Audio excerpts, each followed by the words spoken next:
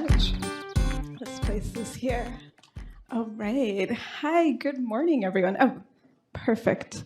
So we're going to talk about my favorite topic, which is draw your feelings. And I'm going to talk about it from the perspective of having trust in myself. And this topic of trust is so big. What does it mean? What does trust mean? It gets thrown around everywhere. Trusting teams, trusting our communities. But I also want to get a little personal. What does it mean to trust ourselves? And I really believe that the heart of all creativity, of anything that we do, is self-trust. Because if I can't trust my own voice, how can I create anything? And so I want to begin by introducing you to Rukmini of 30 years ago, give or take. And yes, she is very cute. Not much has changed, really, besides replacing the bottle with a pencil and a copy of my book. Basically the same.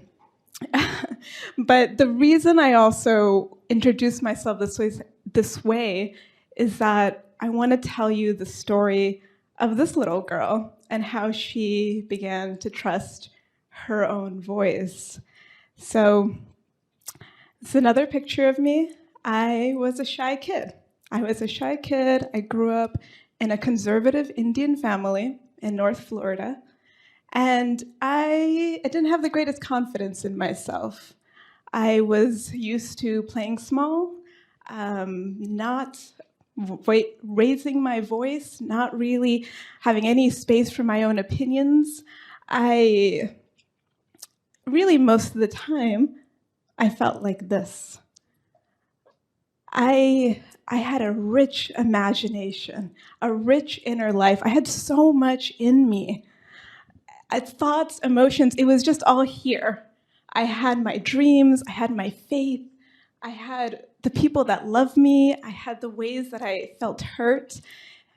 It was in me, and I didn't really know how to get it out of me.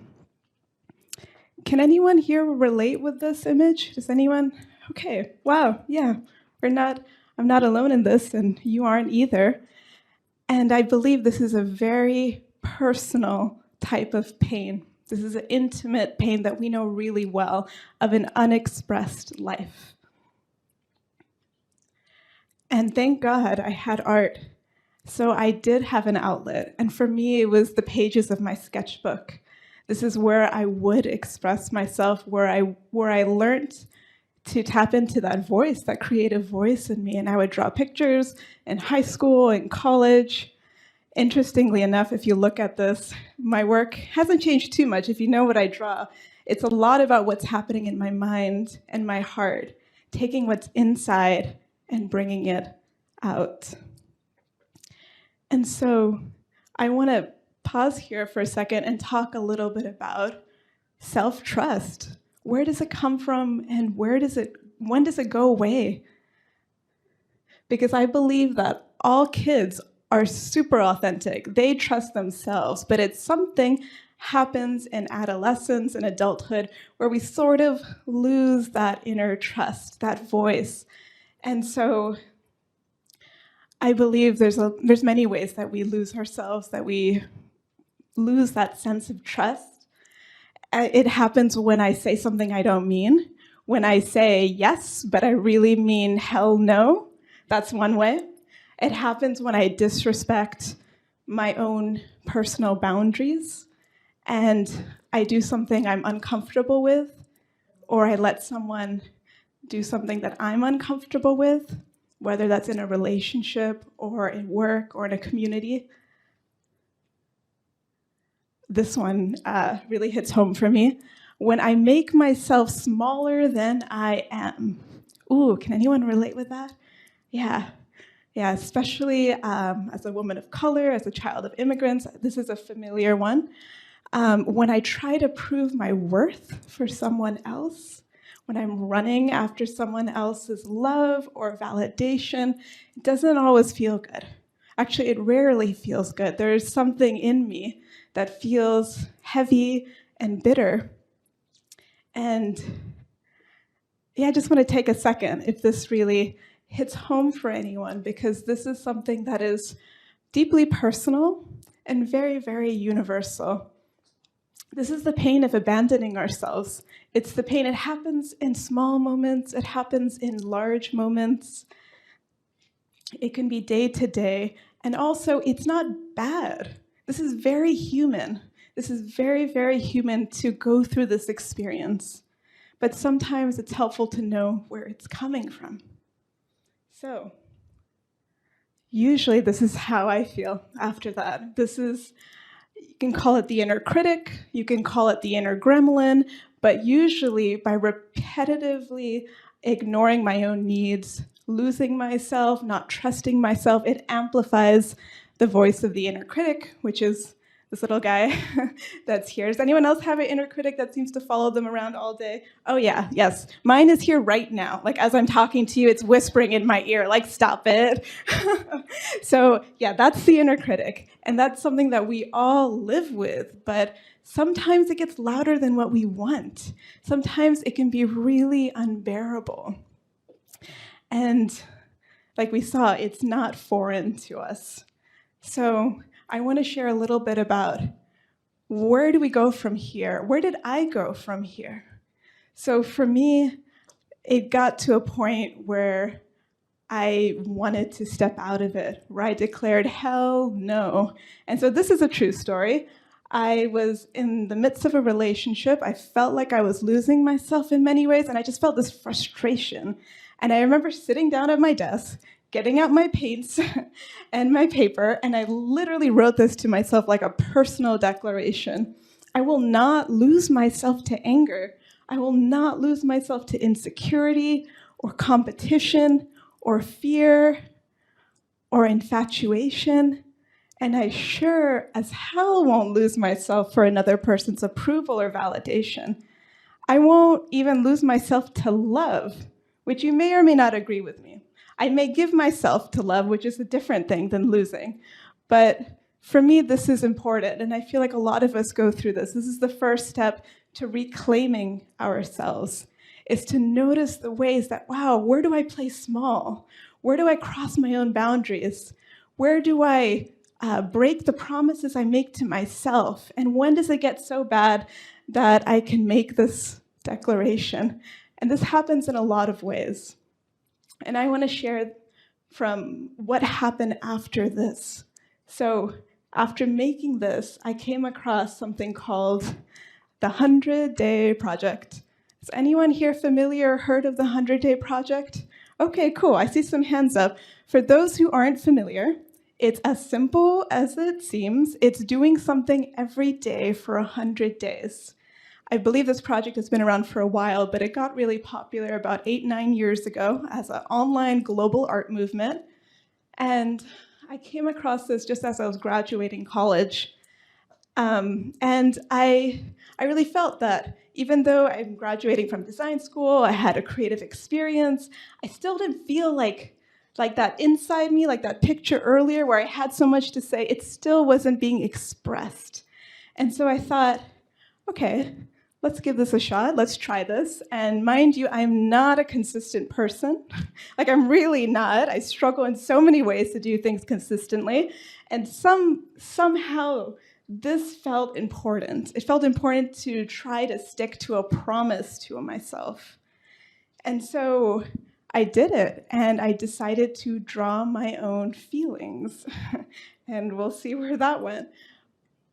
So I coined this term obscure emotions in 2016, and I just took a ballpoint pen, pink ink, and my sketchbook that would fit neatly in my purse so I could literally take it with me wherever I went.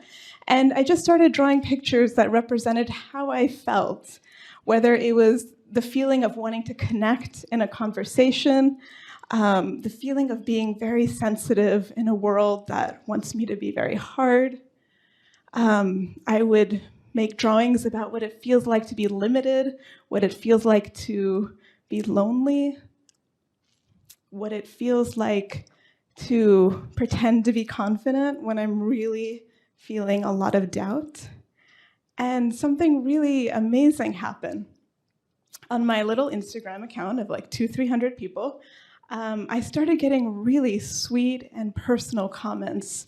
And I started getting comments like, I have always felt this way, and I never had words for it.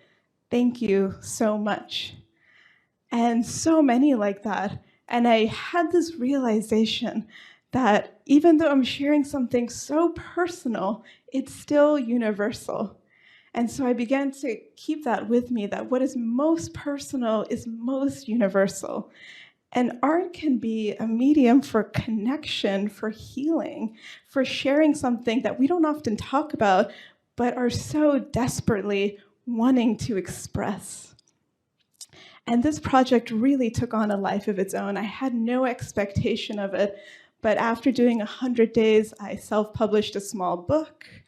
I had an opportunity to share it and exhibit it in New York City in an art show, which was beautiful, all the original drawings. Later on, a few years later, I created a card deck.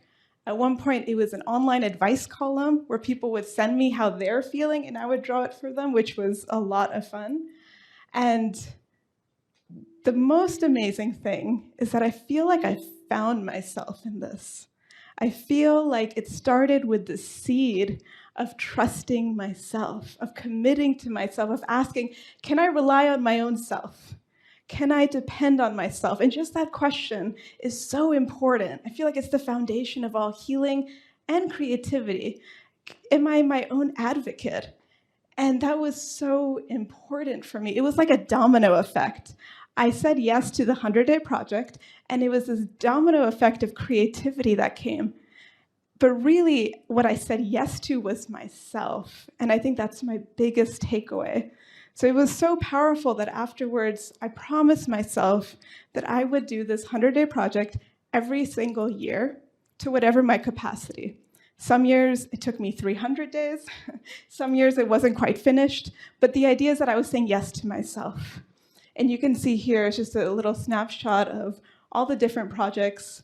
2024 isn't even on there and others, but I would use it as a way to explore things that were important to me, whether it was drawing the Enneagram for 100 days, or drawing parts of myself, mapping my heart, practicing digital drawing. It was a way for me to consistently show up, and I felt that every year my voice got stronger in it. But really, it comes back to staying true and trusting myself. So, and with that, it continued to snowball. So what happened was that these projects led to something way bigger than me. And in 2020, during the pandemic, I started these online Zoom workshops, because remember, everything was on Zoom, and they were super beautiful. I would bring people together, and we would draw our feelings. But interestingly enough, it wasn't about drawing. It wasn't a drawing class. It was like a connection group where we would talk about things that were hard to talk about in words. And it continued to grow. So we'll jump 4 years later. This was a beautiful heart mapping workshop I did last year, and we had over 400 people on Zoom at once from all over the world, literally drawing their hearts. It was so beautiful. It was like really seeing humanity come alive at that moment. And here's a little snapshot, just a small little bit of the hundreds of heart maps that have been created.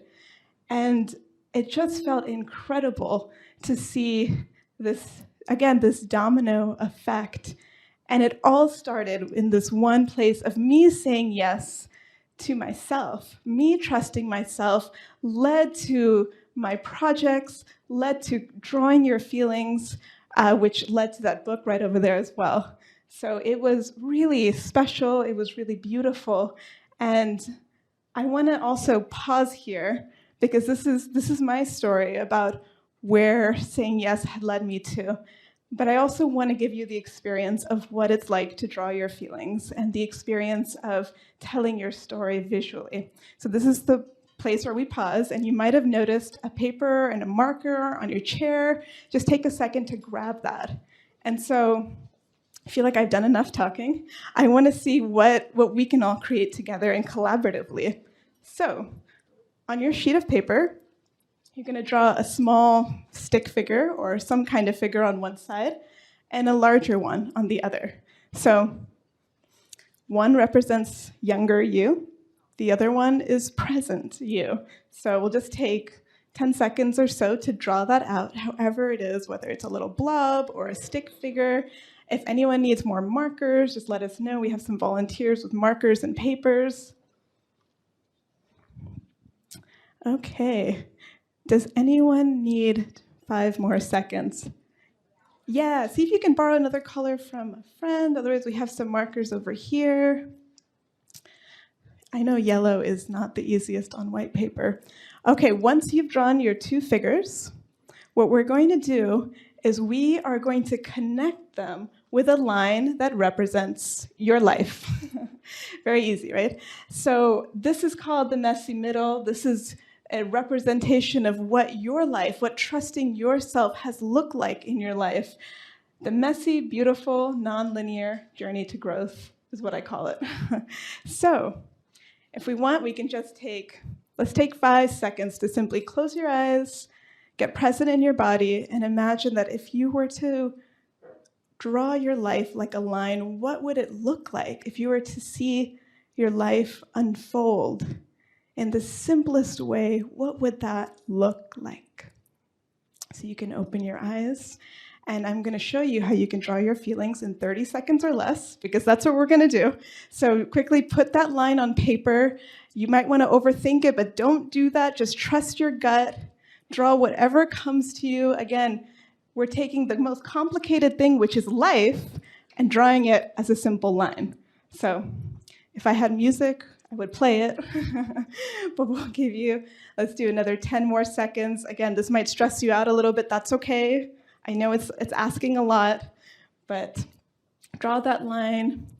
And does anyone else need 5 more seconds? Okay, wow, you guys are great. So the best part of this is turn to a neighbor and show them the story of your line and share it. So we'll have a couple minutes. We'll do 1 minute, and then we'll switch for the other minute. Have fun with this.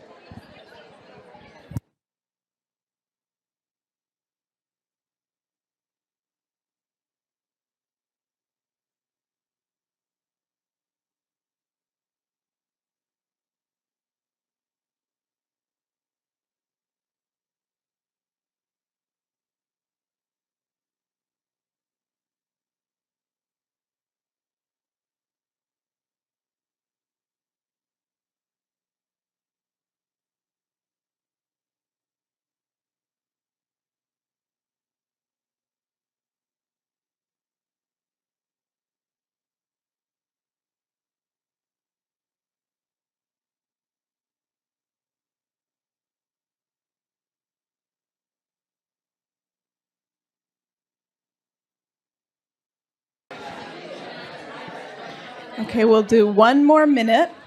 1 more minute.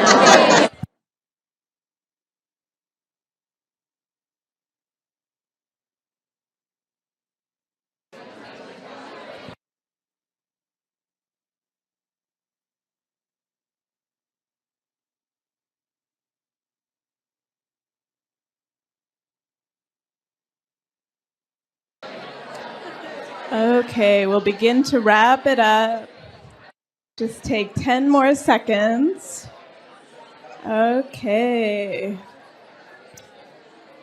All right, raise your hand if you can hear me. We'll do raise your hand if you can hear. Almost. Raise your hand if you can hear me. Oh, amazing. Thank you guys so much. I mean, honestly, I didn't want to stop it. It was so great to see this explosion of connection and conversation. Beautiful. Love the energy. Does anyone, before I move on, does anyone want to share anything from that really quick experiment? Anything that came up for you? Anything that was interesting? Yeah. We were just talking. Here, you please jump in. Oh, sorry. We were just talking and we were jumping in and we were making some similarities between our lines where we noticed we started out really kind of smoothly. And then as it got towards the big me, now in the future, the lines started curving and circling and moving in a lot of more directions. Thank you so much for that. It's really interesting seeing the similarities and seeing how much can be expressed with a single line. I find that quite fascinating. Anyone else before we move forward? Any interesting? Yes, someone in the back.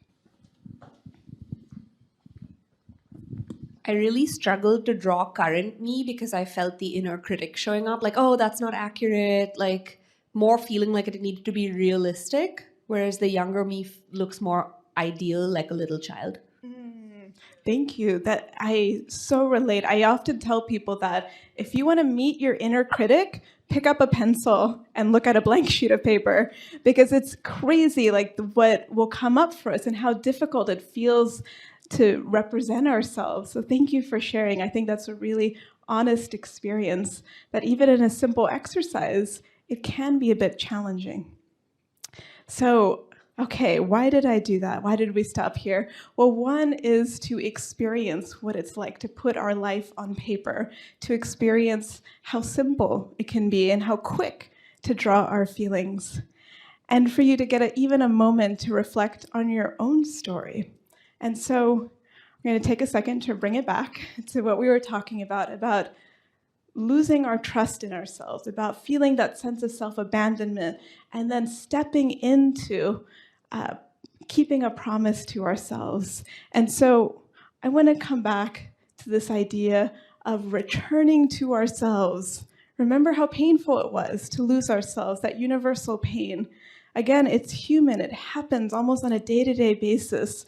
Yet, there is so much beauty in returning to ourselves. That is the beauty of being human, that no matter how often we feel like we're losing ourselves, we feel like we're abandoning ourselves, we're breaking promises to ourselves, we can always, always come back. And so these are 3 ways that I do it. And one is by valuing and protecting my space, my boundaries, knowing my capacity, saying no when I really mean it. Another is keeping promises to myself. That was such a big one in my own journey. And again, it doesn't have to be every promise. Like, I do not keep every promise to myself. That's hard. But you just need one. You just need one that you can keep and show up consistently to give yourself that evidence that I can do this. And then trusting my gut intuition. Our body is so wise that the minute I'm saying yes to something, my body, again, is pulling me back, saying, no way, you do not have capacity, you can't do that. Being able to listen to the wisdom of the body is one of the greatest gifts that we have. It knows, we know what we want, we know what we need. How can we just tap into that more? And when we can do this, when we can return to ourselves, it feels a little bit like this. So this is what we're after, the sense that I respect and love and trust myself. I'm there for myself, because having this is the foundation of everything. It's behind every creative act.